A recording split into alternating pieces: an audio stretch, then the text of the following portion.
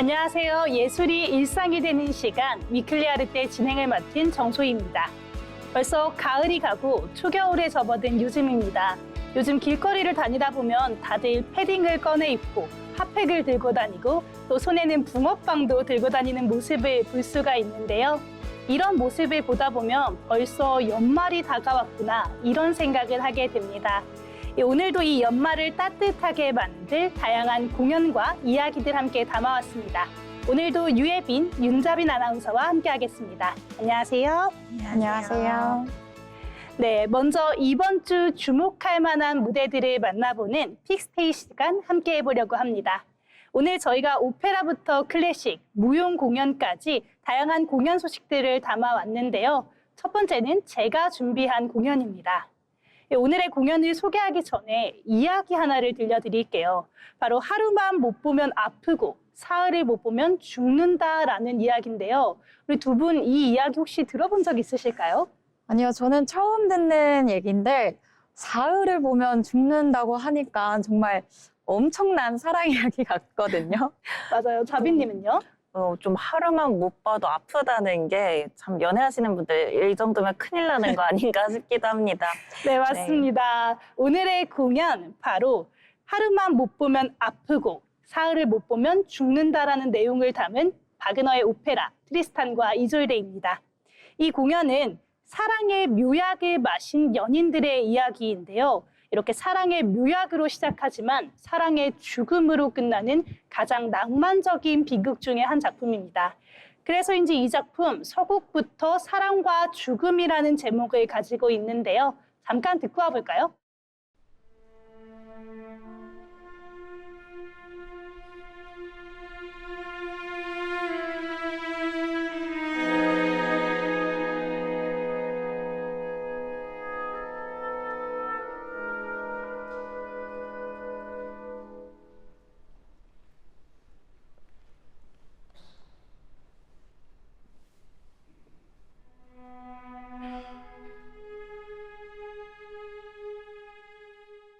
네, 이렇게 서곡을 들어보니까 더 자세한 내용이 궁금해지는데 어떤 내용일까요?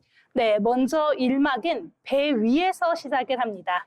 이졸데가 자신의 기구한 운명을 한탄하면서 슬픔에 잠겨 있는데요. 트리스탄과 이졸데는 원래 연인이었습니다. 그런데 이졸데가 정략 결혼으로 트리스탄의 삼촌인 마크 왕과 결혼을 하게 되면서 트리스탄이 직접 이졸데를 모시고 가고 있는 모습인데요. 이졸데는 자신의 연인이 자신을 모르는 척하고 마크 왕과 정략 결혼을 하는 이 상황이니 차라리 자신이 사랑하는 사람과 함께 죽겠다는 생각을 하게 됩니다. 그래서 하녀 브랑게네에게 고통 없이 끝낼 독약을 준비하라고 지시하는데요. 그리고 이졸데는 트리스탄을 불러서 화해의 잔을 먼저 제안하고 함께 마십니다. 그렇게 둘 다 곧 쓰러질 줄 알았는데 오히려 더 애틋한 모습으로 서로를 껴안는데요. 곧 이유가 밝혀집니다. 바로 하녀인 브랑게네가 두 사람이 안타까워서 독 대신에 사랑의 묘약을 넣어둔 겁니다. 초반부터 내용이 너무 슬픈 것 같은데 이 뒤는 어떻게 되나요? 네, 이 막은 궁으로 배경이 바뀝니다. 이졸데는 마크 왕과 결혼식을 올리지만 매일 트리스탄과 만나면서 달콤한 밀회를 즐기게 되죠. 그러다가 남편인 마크 왕이 사냥을 떠나고 두 사람은 몰래 만나서 사랑의 이중창을 부릅니다. 이 곡이 무려 40분이나 되는데요. 이것도 잠깐만 듣고 와볼까요?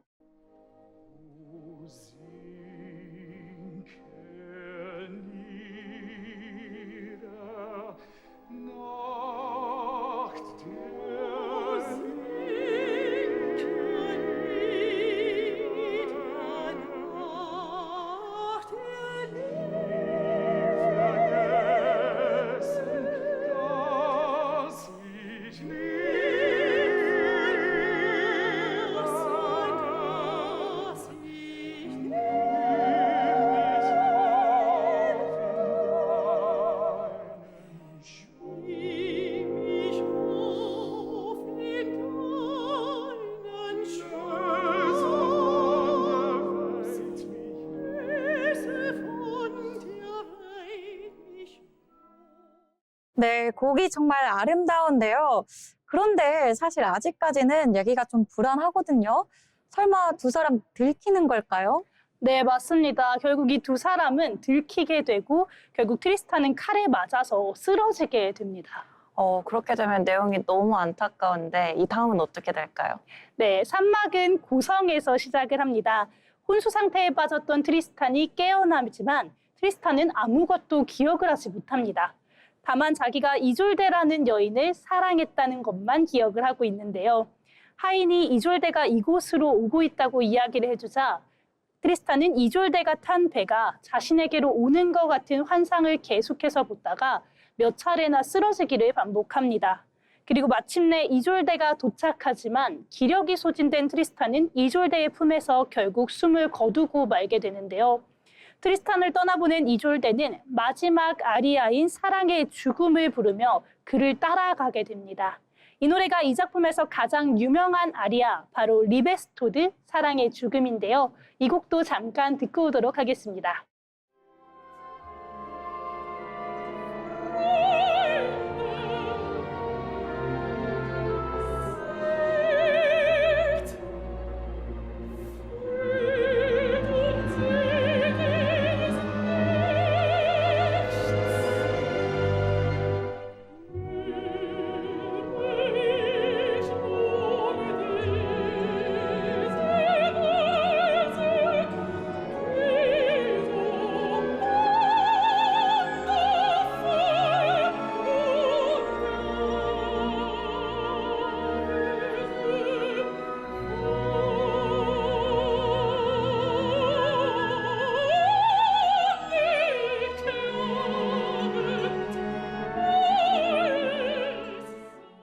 네, 이야기가 너무 비극적인데 그런데 이 오페라가 좀 유명한 거에 비해서는 자주 공연되지 않는다고 들었어요. 네, 맞습니다. 아무래도 이 공연의 경우 인터미션을 포함해서 러닝 시간이 무려 6시간이나 됩니다. 그렇다 보니 전 세계적으로도 자주 공연하는 작품은 아닌데요. 우리나라의 경우 이번이 국내 초연입니다. 연출은 바그너 작품의 스페셜리스트라고 불리는 슈테판 메르키가 맡았고요. 이번에는 특별히 국립오페라단과 서울시향이 합작을 하는 작품입니다. 지휘는 서울시향의 음악감독인 야프판 스베던이고요.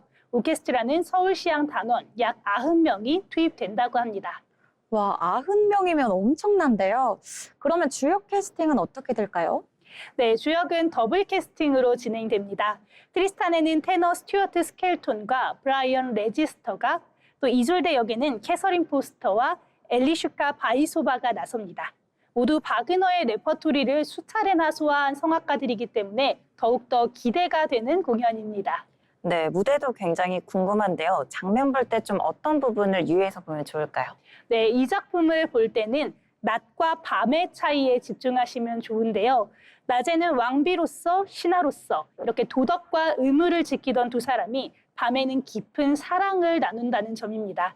그래서 낮과 밤의 차이만 알아도 이 두 작품은 이해가 쉬워집니다. 또 이 작품은 바그너의 특징이라고 할 수 있는 무한 선율을 활용한 작품인데요.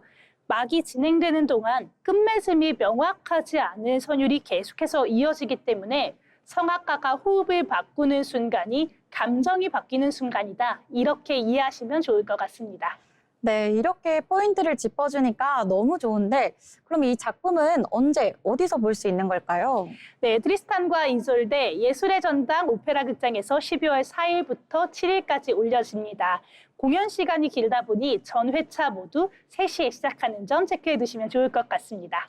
네, 저도 듣고 보니 한번 보고 싶어지기는 하는데 좀 쉽게 도전하기에는 어려운 것 같기는 해요. 네, 맞아요. 사실 입문하기에는 어려운 작품입니다. 하지만 자주 공연되는 작품이 아니기도 하고요. 또 특히나 이번에는 국내 초연이거든요. 그만큼 라인업도 굉장히 화려하다 보니 입문작으로는 어려워도 꼭 한번 볼 만한 기회를 놓치지 않아야 될 오페라다. 이렇게 말씀드리고 싶습니다. 그럼 오늘의 픽스테이지 바그너의 오페라 트리스탄과 이졸데 함께 만나봤는데요. 다음으로 만나볼 공연 예빈 아나운서가 준비했다고요. 어떤 공연일까요? 네, 무용 공연을 보다 보면 한 번쯤은 좀 더 자유롭게 즐기고 싶을 때가 있죠. 오늘은 그런 분들을 위한 작품을 준비해봤습니다. 현대무용계에서 가장 대담한 상상력을 가진 안무가죠. 알렉산더 에크만의 대표작 해머입니다. 에크만의 이름은 들어본 적이 있어요. 천재 안무가로 알려져 있는데 이 해머는 어떤 스타일의 작품일까요? 네, 맞습니다. 일명 비주얼 쇼크를 가장 잘 보여주는 작품인데요. 무대 전체를 5,000리터의 물로 채우기도 하고요. 하늘에서 4만 개의 공을 쏟아내기도 합니다. 네, 정말 얘기만 들어도 쇼크인 것 같기도 하고 또 신선하기도 한데 그럼 이 해머 공연도 줄거리가 있을까요? 네, 맞습니다. 해머는 인간의 리듬, 반복, 그리고 군중 속의 개인을 주제로 한 작품인데요. 무대 위에서는 무용수들이 질서와 혼돈을 오가며 사회 속에서 자기 자신을 잃어가는 모습을 표현했습니다. 특히 북유럽 최대의 댄스 컴퍼니죠. 예테보리 오페라 댄스 컴퍼니와 함께한 최신작인데요. 여기서 에크만의 철학이 가장 눈에 띄게 드러나는 작품입니다. 인간에 대한 내용이군요. 그런데 제목이 해머잖아요. 이 뜻이 궁금합니다. 네, 해머는 이 작품에서만큼은 단순한 장치가 아닌데요. 움직임과 생명력의 상징으로 등장을 합니다. 마치 해머처럼 계속해서 두드린다는 뜻을 갖고 있습니다. 네, 듣기만 해도 내용이 굉장히 상징적인데 그럼 이 작품도 탄생 비화가 있을까요? 네, 앞서 소개해드렸듯이 이번 공연은 역시 탈을 쓰고 폐부를 찌르는 에크만 특유의 메시지가 숨어 있습니다. 해머는 에크만이 방문했던 그리스의 한 레스토랑에서 출발한 작품이라고 하는데요. 그곳에서 시끄럽게 웃고 떠드는 젊은 관광객 무리가 있었다고 합니다. 이 무리는 어느 누군가가 영상 촬영을 하자 식당 전체의 분위기는 오묘하게 바뀌었다고 하는데요. 모두가 자연스러운 모습을 유지하려고 하지만 사실은 카메라에만 신경 쓰고 있는 아이러니한 그런 상황이었던 겁니다. 여기서 에크만은 현 시대에서 진짜란 무엇인가 라는 생각을 하게 됐다고 합니다.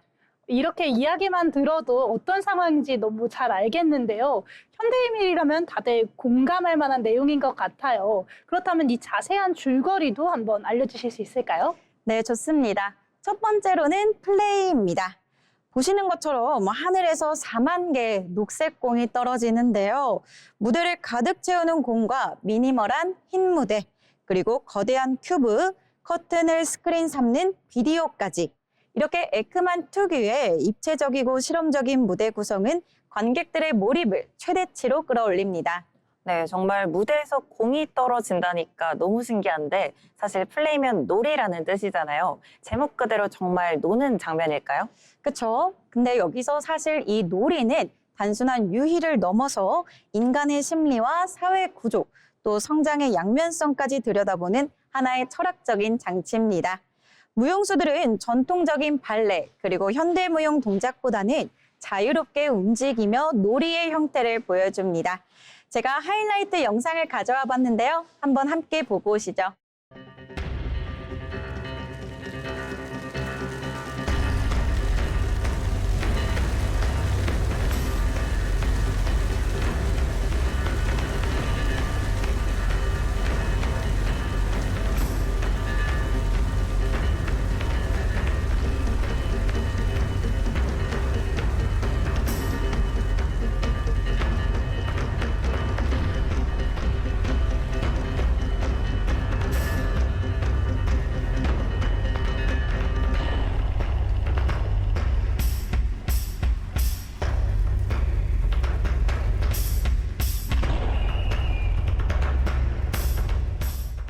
네, 정말 이렇게 영상으로만 봐도 빠져드는 몰입감 있는 그런 작품이었습니다.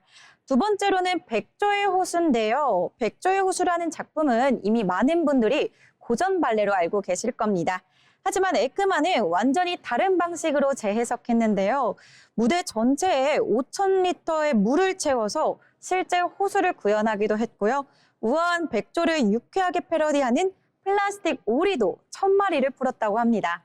네, 정말 오늘 작품 들을 때마다 새롭습니다. 백조의 호수는 발레 작품으로 굉장히 익숙하고 또 유명하잖아요. 그런데 이 작품을 굉장히 새롭게 재해석한 것 같은데 저는 물 위에서 춤을 춘다는 게 가장 궁금하거든요. 그렇죠. 방금 이야기 드렸던 것처럼 물 위에서의 퍼포먼스는 무대 기술과 안무의 새로운 경지를 열었다. 이렇게 평가받는데요. 물성의 저항과 반사, 그리고 물이 튀기는 소리, 스며드는 빛을 이용해서 관객들에게 완전히 새로운 경험을 선사합니다. 눈을 뗄래야 뗄 수 없는 무대가 될 텐데요. 함께 보고 오시죠.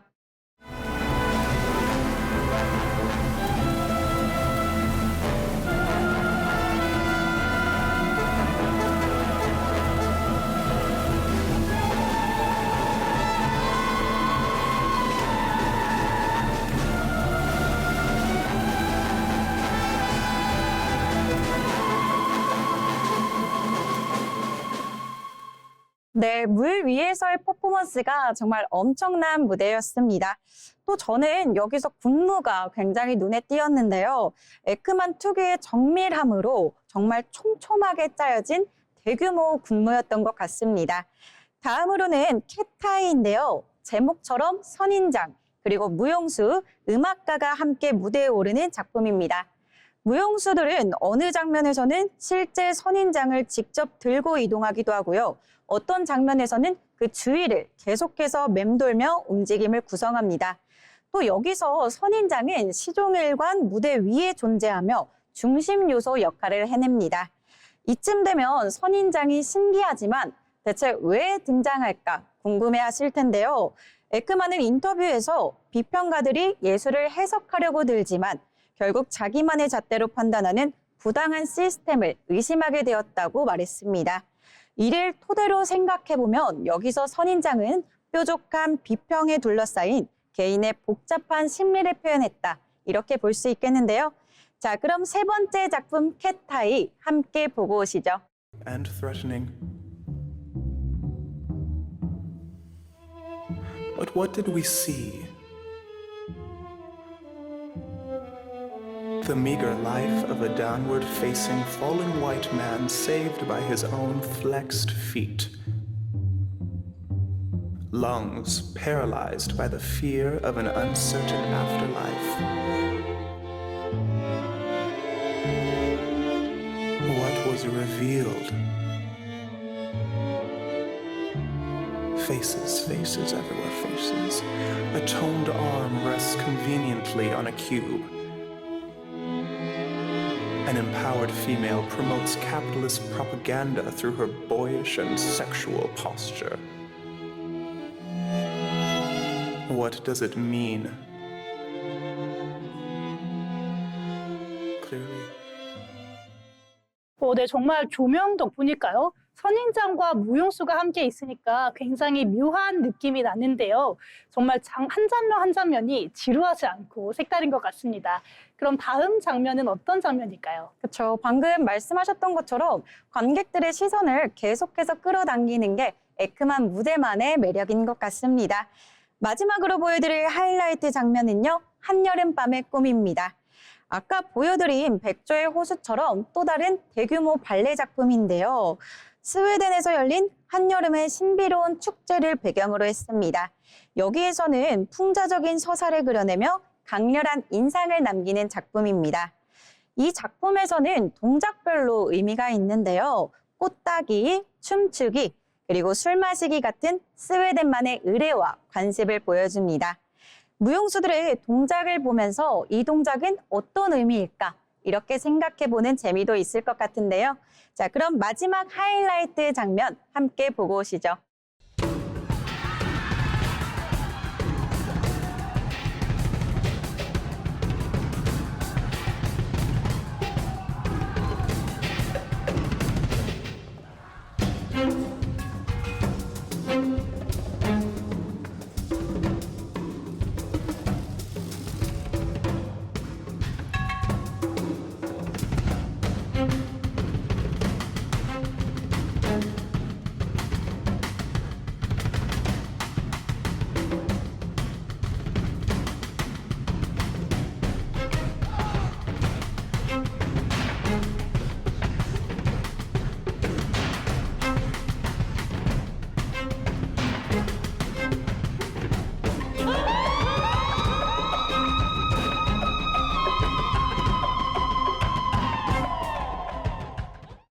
네, 정말 눈을 뗄 수 없는 장면이었습니다. 저는 개인적으로 좀 무용수들이 계속해서 허공을 떠다니는 듯한 동작을 하고 있었던 것 같은데, 그래서 그런지 뭔가 좀 꿈과 현실 그 사이에 있다는 느낌을 받았는데, 제 해석이 맞을까요? 네, 그럼요.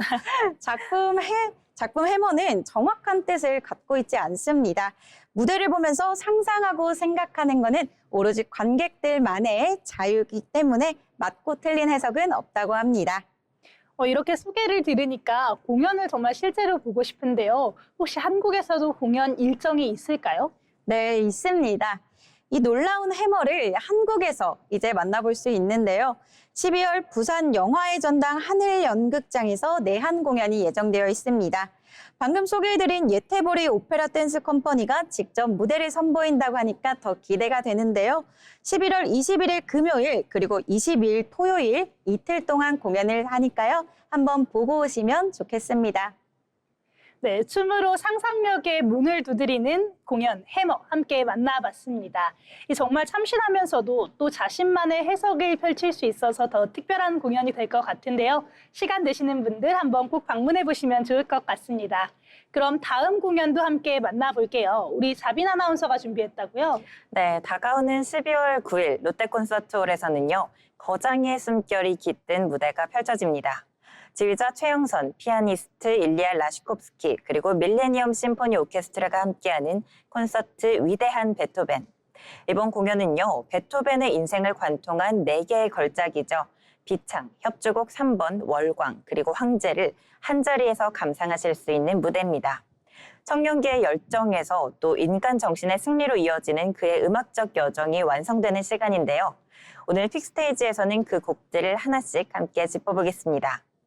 첫 번째로 소개해드릴 곡은 베토벤의 피아노 소나타 제8번 비창인데요. 먼저 감상하고 오겠습니다.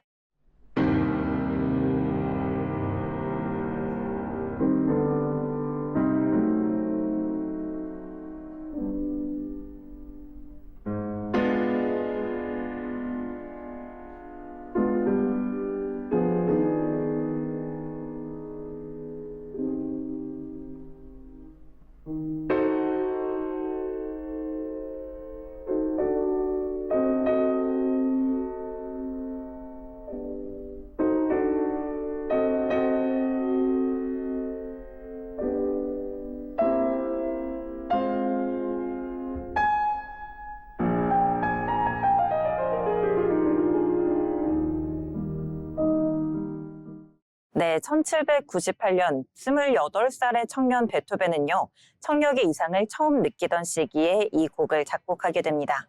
그는 직접 비창적 대소나타라는 이름을 붙였고요. 이 제목은 그의 32개 소나타 중 단 2곡에만 붙은 이름이기도 합니다. 1악장은 장중한 그라베로 시작해서 고통을 마주하는 인간의 절박함을 담아냅니다. 그런데 제가 듣기에는 단순히 비극에서 끝나는 느낌은 아니고 또 비극을 이겨내는 모습까지 그려지는 것 같아요. 맞습니다. 이 곡은요, 슬픔의 표현이 아니라 슬픔을 견디는 인간의 의지를 표현한 작품입니다. 이 악장은 고통 속에 잠시 쉬어가는 순간처럼 따뜻하고 노래하듯이 흐릅니다. 3악장은 다시 C단조로 돌아와서 격렬한 리듬과 함께 투쟁의 결의를 보여주죠. 비창은 당시 비넷살롱을 휩쓴 작품이기도 했습니다. 악보가 없어서 못 팔 정도로 인기가 정말 높았고요. 이 곡 덕분에 베토벤은 연주자를 넘어서 또 작곡가로 인정받게 됩니다. 이어서 두 번째 작품은 베토벤의 피아노 협주곡 제3번 C단조입니다. 이 곡도 그럼 감상하고 오겠습니다.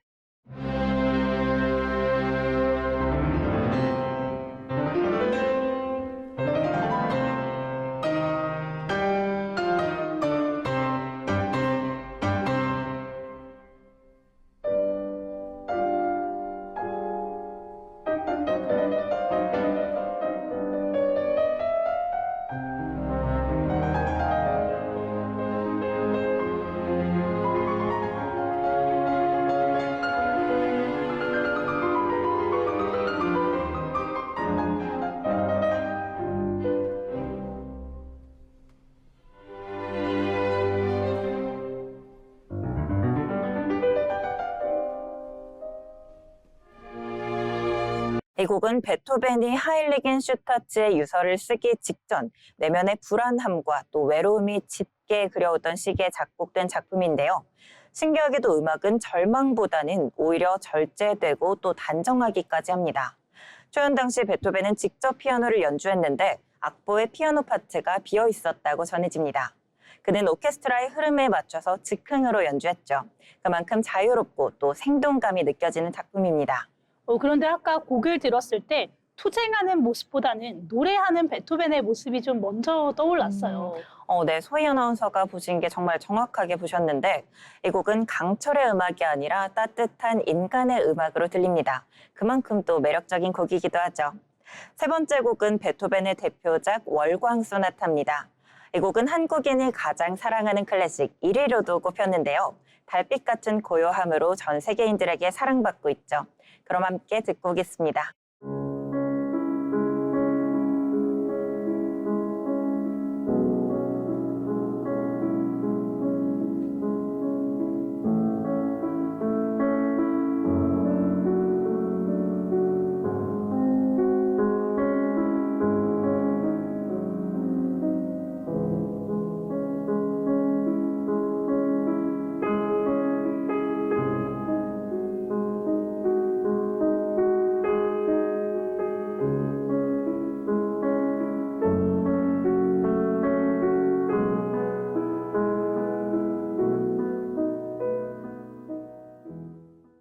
월광이라는 제목은 훗날 한 평론가가 달빛이 호수 위에 비치는 듯하다라고 해서 붙여진 이름입니다.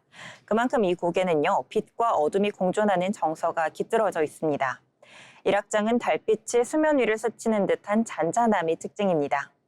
그런데 이 곡을 연주할 때 가장 어려운 건 템포가 아니라 호흡하는 부분 아닌가요? 맞습니다. 안 그래도 그 피아니스트 이면찬 아시죠? 피아니스트 이면찬 또한 가장 연주하기 어려운 곡이 바로 이 월광 1악장이라고도 했습니다. 감정을 절제하면서 일정한 흐름을 유지하는 게 굉장히 어려운 곡입니다. 그리고 전해 내려오는 한 이야기가 있는데요. 어느 날 베토벤이 산책 중에 자신이 쓴 곡을 어떤 눈먼 소녀가 연주하는 소리를 직접 들었다고 합니다. 그는 감동에 겨워 그 집을 찾아가서 달빛이 비추는 방 안에서 피아노를 연주했죠. 그 밤의 기억이 월광 소나타로 남았다는 전설입니다. 그래서 그런지 저는 이 곡을 들으면 정말 달빛이 마음을 비추는 그런 느낌이 들거든요. 네, 맞습니다. 1악장은 내면의 슬픔, 또 2악장은 잠시 스며드는 평화, 3악장은 감정이 폭풍처럼 터져 나오죠. 베토벤은 이 작품을 통해서 고독 속의 희망을 음악으로 담아냈습니다. 그리고 마지막 곡은 베토벤의 피아노 협주곡 제5번 황제입니다. 이 곡도 함께 듣고 오겠습니다.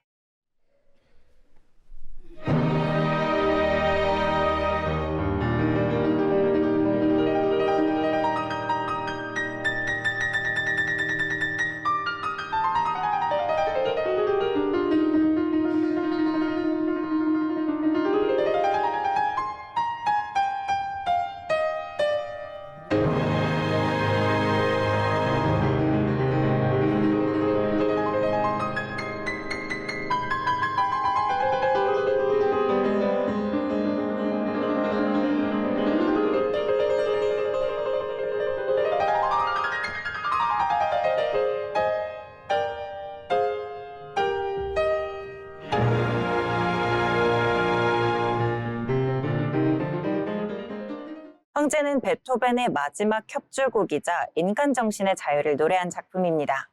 1809년 나폴레옹 전쟁이 한창이던 시기에 포탄이 빈의 거리를 뒤흔들었고요. 베토벤의 집 앞까지도 포탄이 떨어졌다고 합니다. 그는 청력을 잃어가던 상황에서도 작곡을 멈추지 않았죠.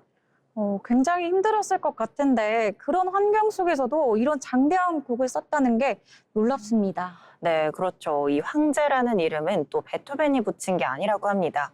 출판업자가 흥행을 위해 붙였다는 설도 있고요. 초연을 들은 프랑스 병사가 이 기세에 압도되어서 황제다라고 외쳤다는 이야기도 존재합니다. 하지만 베토벤이 그렇게 의도한 것은 권력을 찬양하는 게 아니라 인간의 정신을 노래하는 거라고 들었어요. 네, 맞습니다. 이 곡은 권력의 황제가 아니라 자유의 황제를 위한 음악입니다. 오케스트라의 서주가 끝나기도 전에 피아노가 먼저 등장해서 화려한 카덴자를 펼칩니다. 마치 나는 여기에 있다라는 식으로요. 선언처럼요. 그 혁신적인 시작은 이후 낭만주의 협주곡의 길을 열게 됩니다. 음악은 장엄하게 고조되며 인간 정신의 해방과 환희로 마무리됩니다. 전쟁의 시대에 태어난 곡이지만 그 안에는 인간의 희망과 또 자유까지 살아 있습니다. 베토벤은 역시 음악도 좋은데 스토리도 굉장히 좋네요. 네, 그렇죠. 이 각 곡들이 모두 드라마틱한 스토리가 존재합니다. 오늘 소개해드린 네 작품은요, 베토벤의 생애와 또 철학까지 담고 있습니다. 비창의 열정, 협주곡 3번의 절제, 그리고 월광의 사색, 황제의 자유. 이 모든 음악은 결국 하나의 메시지로 이어집니다. 운명은 나를 흔들 수 있어도 굴복시킬 수는 없다. 다가오는 12월 9일 화요일 저녁, 위대한 베토벤 콘서트에서 그 불멸의 울림을 직접 느껴보시길 바랍니다. 네, 위대한 베토벤 전해주셨습니다. 베토벤 하면 전 세계 음악사에서 가장 유명한 인물 중에 한 명이 아닐까 싶은데요. 이 베토벤의 삶과 음악을 모두 만나볼 수 있는 의미 있는 자리 꼭 함께 해보시면 좋을 것 같습니다. 그럼 이번에는 오늘 소개해드린 공연과 관련 있는 인물을 소개해드리는 픽피플 시간인데요. 이것도 제가 먼저 준비해봤습니다. 먼저 앞서서 바그너의 작품인 트리스탄과 이졸데를 말씀드렸죠. 그래서 오늘은 바그너에 대해서 함께 알아보려고 합니다. 바그너는 악극의 창시자이자 오페라의 패러다임을 새로 만든 인물인데요. 독일 낭만주의의 정점이자 음악극이라는 형식을 확립한 작곡가죠. 음악과 시, 무대 연출을 하나로 엮는 총체 예술의 개념으로 19세기 유럽 예술 전반에 거대한 파문을 일으킨 문제아라고 불리기도 했습니다. 네, 그러면 오페라를 다시 만든 사람이라고 봐도 좀 무방할 것 같은데 바그너는 대체 어떤 인생을 살아왔을까요? 네, 맞습니다. 바그너는 1813년 독일 라이프치히에서 태어났는데요. 9살에 피아노를 시작했고 원래는 극작가가 되고 싶어서 대본과 문학에도 일찍 눈을 떴다고 합니다. 음악적인 롤모델은 앞서 소개했던 베토벤이라고 하는데요. 19살에 교향곡을 쓰고 20살에 첫 오페라, 요정을 작곡했습니다.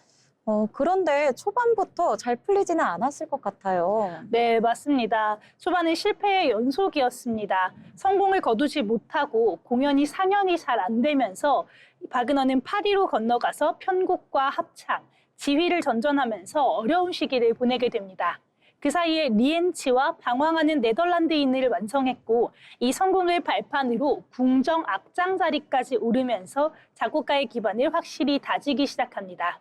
드레스덴에서 타노이저, 로엔그니를 내놓으며 작곡가로서의 존재감을 확실하게 견고하게 만듭니다.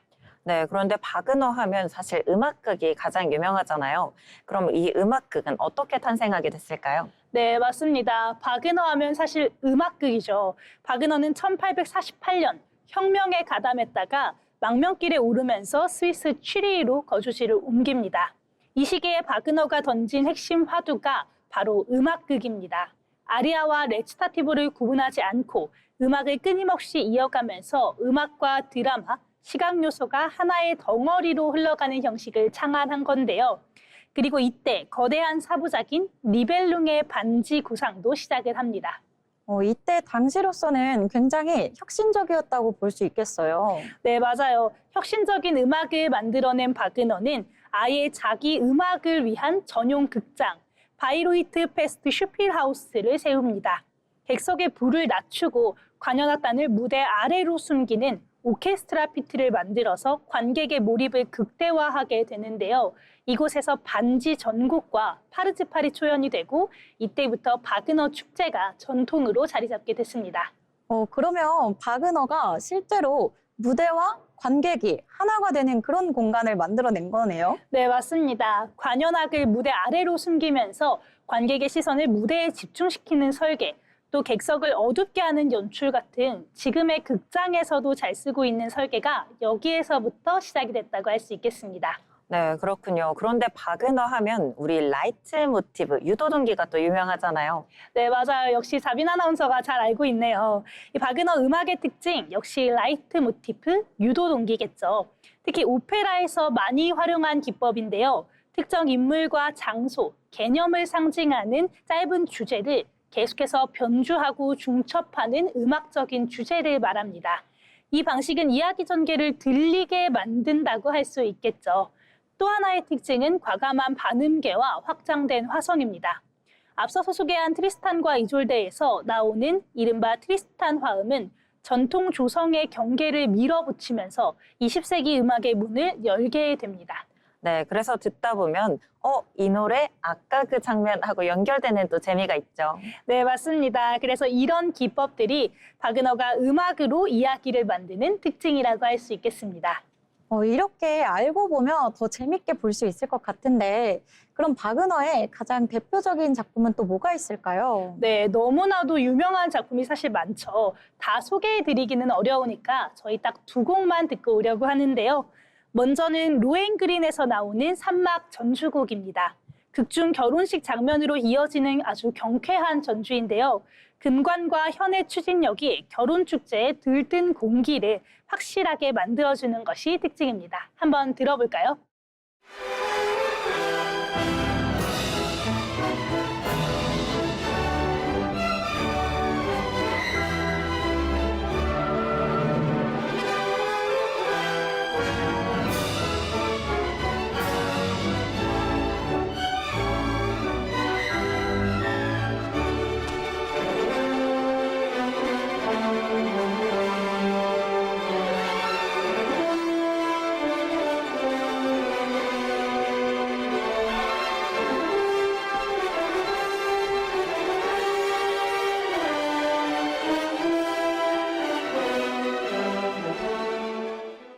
네, 확실히 빠른 현악기 소리랑 웅장한 금관악기 소리가 더 경쾌하게 만들어주는 것 같습니다. 네, 짧지만 에너지가 굉장히 넘치죠. 이 뒤에 이어지는 홀레 합창까지 연결해서 들으면 그게 내용이 한층 잘 들리는 그런 음악입니다. 이어서 들어볼 곡은 타노이저 2막에 나오는 입장행진곡인데요. 이 곡은 대규모의 행렬이 들어오는 장면을 장대한 리듬과 금관 악기로 그려냅니다. 공간이 확 열리듯 웅장한 질감이 특징인 곡인데요. 이것도 한번 듣고 와보도록 하겠습니다.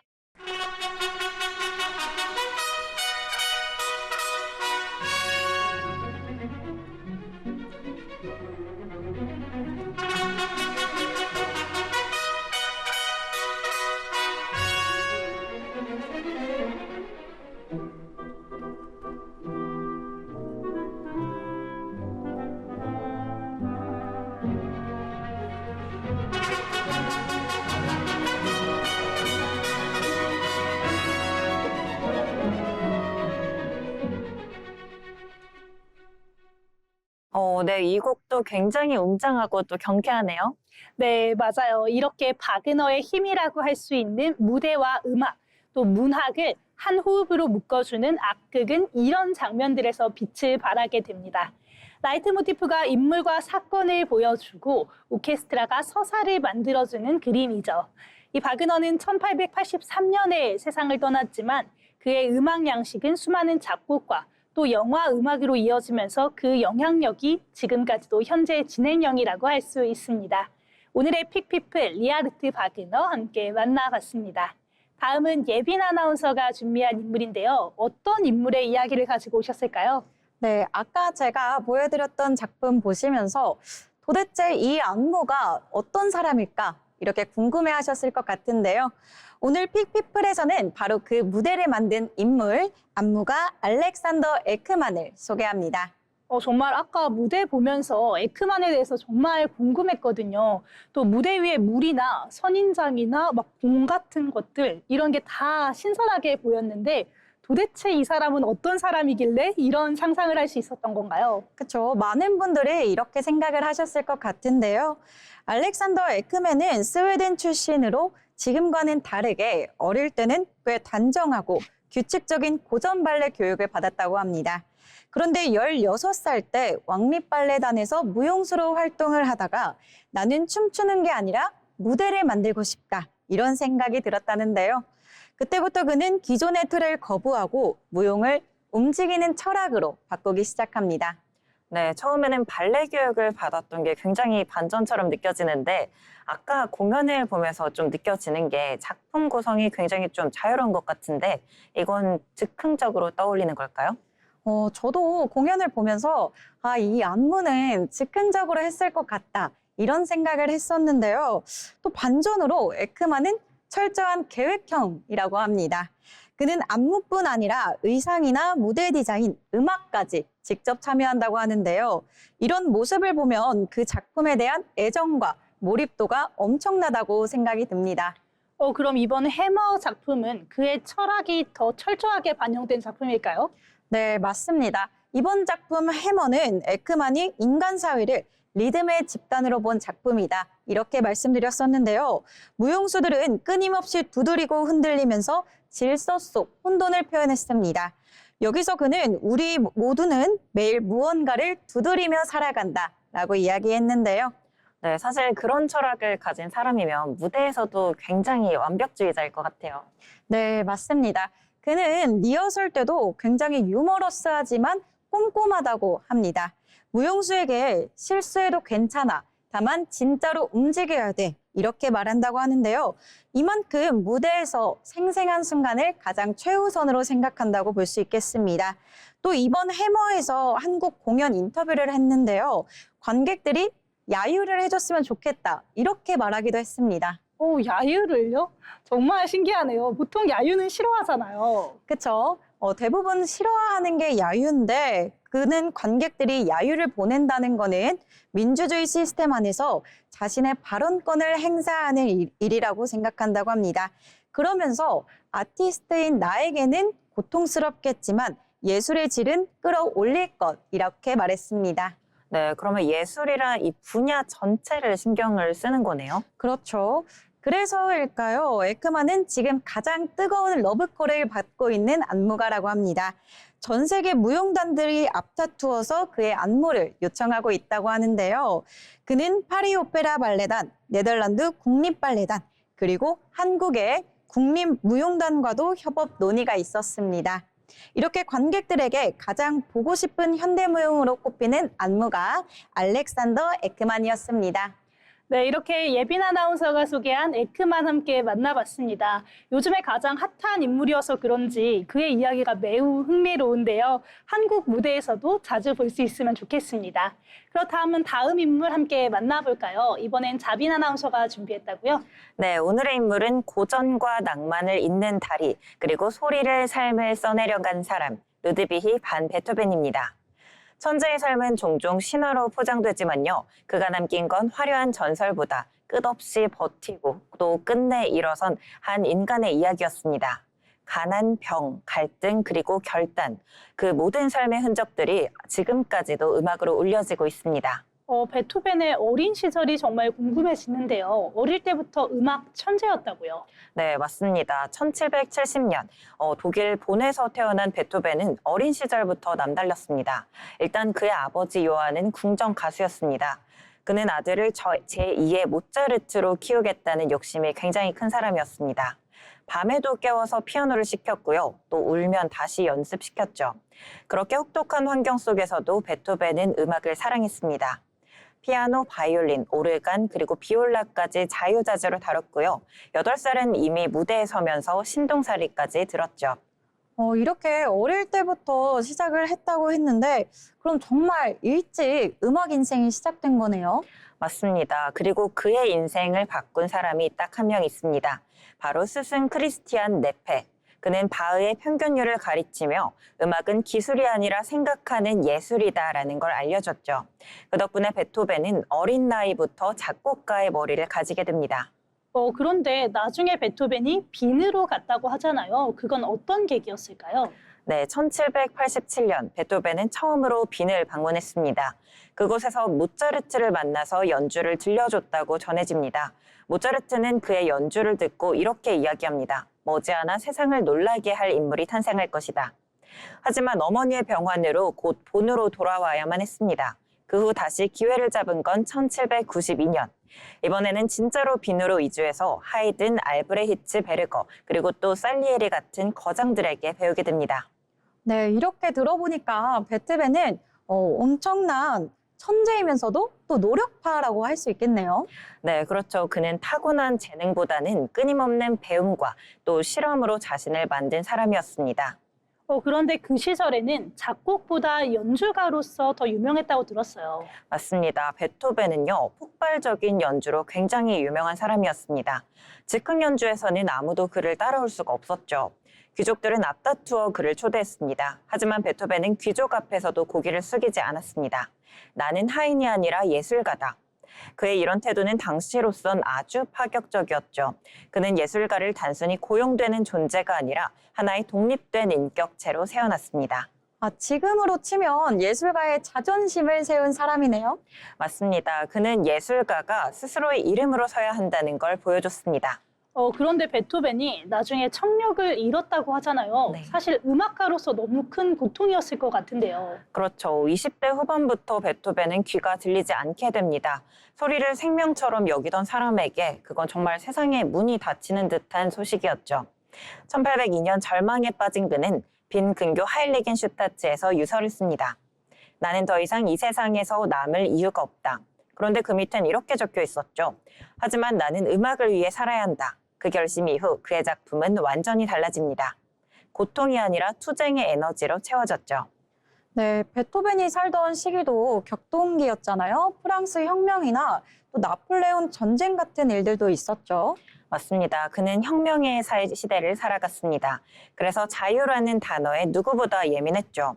그는 한때 나폴레옹을 영웅으로 생각해서 교향곡 3번을 보나파르트로 헌정하려 했습니다.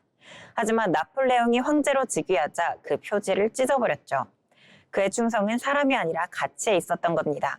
베토벤은 권력보다 인간의 존엄을 믿었습니다. 그런데 베토벤이 저희가 알고 있는 이미지랑은 조금 다르게 네. 사랑도 많이 했다고 들었어요. 네, 그는 평생 사랑을 갈망했다고 합니다. 하지만 늘 이루어지진 않았죠. 그가 남긴 편지 중에 가장 유명한 게 있습니다. 바로 영원한 연인에게 보낸 편지인데요.